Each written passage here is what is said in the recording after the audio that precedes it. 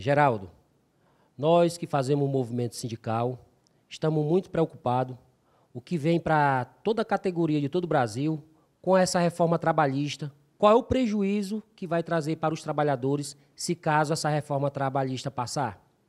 Amigo Fábio, eu creio que esta preocupação seja de todos os dirigentes sindicais e também deva ser de todos os trabalhadores.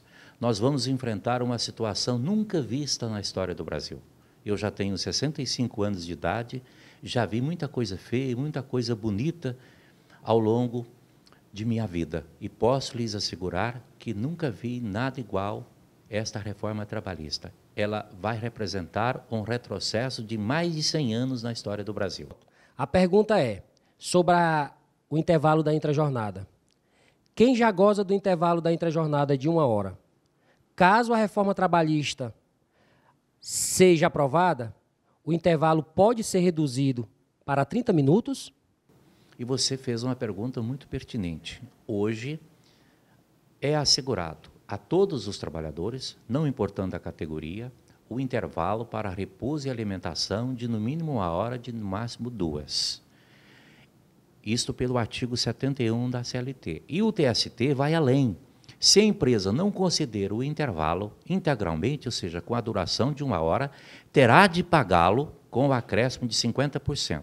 Com a reforma trabalhista que está em discussão, já foi aprovada na Câmara, agora está em discussão no Senado, o intervalo poderá ser reduzido a 30 minutos, significa dizer, haverá um prejuízo significativo do ponto de vista do repouso, que não será suficiente o intervalo concedido, e do ponto de vista da remuneração. Geraldo, a nossa categoria abrange a grande maioria dos trabalhadores terceirizados. O sindicato representa uma demanda de aproximadamente 90 mil trabalhadores na base. Eu te pergunto, com a reforma trabalhista, sendo aprovada a questão da terceirização, qual o prejuízo desses trabalhadores em açaí e conservação? O prejuízo será para todos os trabalhadores. Sem dúvida nenhuma, aqueles que ainda não são terceirizados poderão ser. E os que já são terceirizados sofrerão mais prejuízos. Eu posso destacar um dentre todos. E já foi aprovada a Lei 13.429, que permite a terceirização em todas as atividades. Ela cria uma nova modalidade de contrato, que é o chamado contrato temporário. Hoje, os terceirizados são contratados por prazo indeterminado e, quando tem o contrato rescindido, recebem aviso prévio, férias, 13º, FGTS, multa de 40%. O contrato temporário, que poderá ter duração de até 9 meses em cada empresa, não assegura ao trabalhador o aviso prévio e a multa de 40%. Isso significa dizer que a regra, a partir de agora, será a do contrato temporário e não mais a do contrato por prazo indeterminado. Isso vai atingir os terceirizados em cheio. Eu não tenho a menor dúvida. E também as demais categorias. Devido à reforma trabalhista que está aí para ser aprovada, levando em consideração o contrato de experiência, que hoje é 90 dias, né?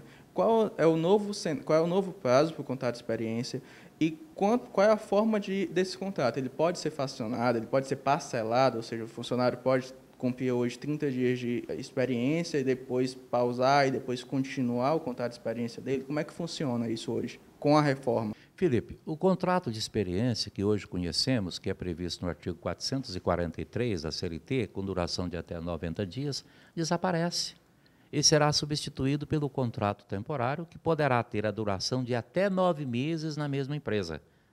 E ele pode ser rescindido pelo período estabelecido, pode ser renovado e sempre que houver a rescisão desse contrato, o trabalhador ficará no prejuízo do aviso prévio, da multa do FGTS e também das férias, porque para que o trabalhador faça jus às férias, ele precisa trabalhar pelo menos 1 ano.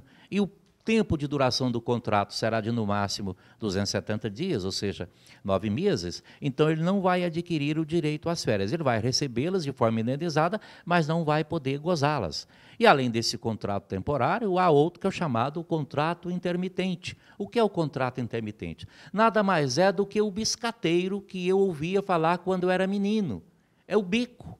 É aquele trabalhador que é contratado para trabalhar 2 horas e depois passa um dia, uma semana, um mês, ou às vezes nunca mais é chamado pela empresa. Quer dizer, o contrato de trabalho, como nós conhecemos hoje, que dá uma garantia mínima para o trabalhador, desaparecerá. Como ficará a situação do negociado sobre o legislado? O governo e os demais defensores da reforma trabalhista insistem em dizer que ela é necessária para que a negociação coletiva seja valorizada. Isso significa dizer que aquilo que for negociado deve prevalecer sobre o que é legislado, ou seja, a convenção e o acordo devem prevalecer sobre a lei. Mas isso já é permitido pela Constituição de 1988, no artigo 7º, inciso 26, com uma condição: desde que o negociado garanta mais do que o legislado. Mas o que se quer não é isto, é exatamente o oposto. É fazer com que o negociado, mesmo que seja inferior àquilo que é garantido pela lei, prevaleça, seja superior. Então, as negociações coletivas, no contexto que nós temos hoje no Brasil, a partir da reforma trabalhista, vão ter uma única finalidade: a redução de direitos. Os sindicatos, ao longo de décadas, negociam condições de trabalho e salários superiores àquilo que a legislação prevê. Mas o que se quer, insisto, é exatamente o oposto. E o que é mais grave, muitas negociações são autorizadas no âmbito da própria empresa, ou seja, o empregador chega para o trabalhador e diz: a partir de agora a sua jornada não será mais de 8 horas, será de 10 horas. Você vai fazer 12 por 36. O seu intervalo para repouso e alimentação será de 30 minutos. As suas férias não serão mais gozadas com 30 dias ininterruptos, serão divididas em 3 períodos. É isso que se quer. E nós sabemos que, na relação direta trabalhador e patrão, a força do trabalhador é mínima. O patrão tem toda a força porque ele tem o poder de demissão. Por isso é que há necessidade de que os trabalhadores despertem para o que vem com a reforma trabalhista e, mais do que nunca, filiem-se aos seus sindicatos. Nós só teremos condições de enfrentar esse quadro de horror que se implanta no Brasil a partir do momento que todos os trabalhadores resolverem a participar dos seus sindicatos. Não há possibilidade de vitória fora da luta sindical. Geraldo, relacionado às horas extras dos trabalhadores, eu acredito que essa reforma trabalhista que está sendo implementada ou implantada, ela diz respeito também a essa questão das horas extras. Como? De uma certa forma, legalizando o banco de horas.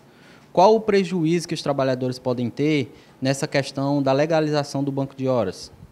Hoje, o banco de horas é permitido, de acordo com a súmula 85 do TST, por meio de acordo e convenção coletiva. Ele será permitido por acordo individual, escrito ou tácito entre a empresa e o empregador. Ou seja, a empresa e o empregado. A empresa chega para o empregado e diz: a partir de agora você vai trabalhar 10 horas por dia, eu não vou te pagar hora extra, elas serão compensadas. E sem necessidade de autorização em acordo e convenção coletiva. O prejuízo não é só em relação às horas extras. O prejuízo é em relação ao intervalo intrajornada, às férias que, quando existirem, serão parceladas, as rescisões de contrato de trabalho com mais de 1 ano de duração não serão mais assinadas na presença do sindicato, quer dizer, não serão mais homologadas pelo sindicato, serão assinadas lá na empresa, da forma que ela quiser, e mais, anualmente a empresa pode chamar o trabalhador, isso a lei, o projeto autoriza, e dizer o seguinte: nós vamos aqui quitar todos os seus direitos passados. Você vai assinar um recibo para mim e eu não vou ficar te devendo nada. Vamos imaginar que a empresa deixou de depositar fundo de garantia, de pagar 13º, de pagar férias, aí ela faz um recibo de quitação. O total daria aí 20 mil, eu vou te dar R$1.000, você me dá a quitação. Assinado aquele recibo, o trabalhador não pode fazer mais nada e o sindicato da mesma forma. Acabou-se. Geraldo, Com a reforma trabalhista, como o trabalhador vai conseguir contribuir com a Previdência, pós-reforma da Previdência, com a exigência de quase 50 anos de contribuição? Pela reforma trabalhista, haverá diversas modalidades de contrato de trabalho, nenhuma benéfica ao trabalhador. Eu vou destacar aqui 3. Contrato temporário, com duração de 9 meses por ano, na mesma empresa. O contrato intermitente, que nada mais é do que o biscateiro, do que é o bico. E mais do que isso, a contratação sem carteira assinada, que é o do chamado prestador de serviço ou de profissional liberal. RPA, Recibo de Profissional Autônomo. Essas modalidades prejudicam os trabalhadores nos seus direitos trabalhistas e também nos seus direitos previdenciários. A reforma da Previdência, que está em discussão no Congresso, por meio da proposta de emenda constitucional 287/2016, exige 65 anos de idade para o homem, 62 para a mulher, 25 anos de contribuição, ou seja, 300 contribuições, para que possam se aposentar com salário mínimo, e 480 contribuições para que possam se aposentar com mais do que o salário mínimo. E com essas modalidades de contrato, eu lamento, mas receio que nenhum trabalhador conseguirá atingir as 480 contribuições. Porque vamos tomar o contrato temporário, duração de 9 meses.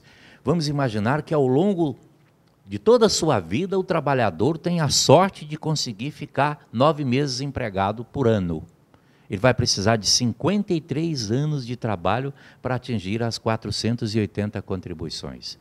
E se for a modalidade de contrato intermitente, que ele é contratado só por tarefa, ele nunca vai se aposentar. E se for prestação de serviço, dificilmente ele vai conseguir chegar às 300 contribuições para se aposentar com salário mínimo e jamais com as contribuições para chegar a mais do que o salário mínimo. Então, esta reforma, ou estas são várias, são articuladas e pensadas de modo a criar uma situação de insustentabilidade para toda a sociedade brasileira. Todo benefício para o capital, nenhum benefício para os trabalhadores. Você falou sobre RPA, que nada mais é do que a pessoa jurídica dentro de outra pessoa jurídica. Qual o impacto que isso pode acarretar para os trabalhadores, haja vista que possa retirar os direitos dos trabalhadores nesse sentido? Wagner, na verdade, são duas situações distintas.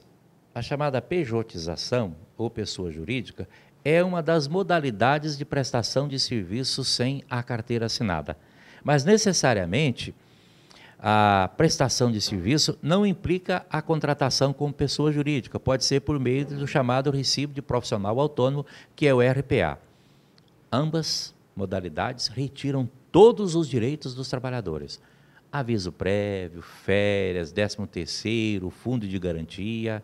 É a volta a uma situação que existia no Brasil ao início do século XX, ou seja, é um retrocesso de pelo menos 100 anos na história do Brasil.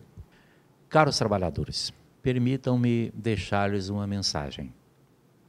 Nós vivemos um momento de muitas dificuldades na história do Brasil, eu diria até hoje desconhecidas. Nós não podemos ficar indiferentes a esse quadro que temos aqui. Precisamos lutar. E a nossa luta tem de se dar onde? Nos sindicatos. A nossa ferramenta de luta, a nossa garantia é o sindicato. É preciso que todos os trabalhadores resolvam, decidam filiar-se aos sindicatos. Somente com os sindicatos fortes nós vamos conseguir vencer essas dificuldades. Se isso não acontecer, nós vamos condenar a geração atual e as gerações futuras a dificuldades nunca vistas. Então, a decisão é nossa, é de todos os trabalhadores. Vamos lutar, e lutar através do sindicato, porque não há outro caminho.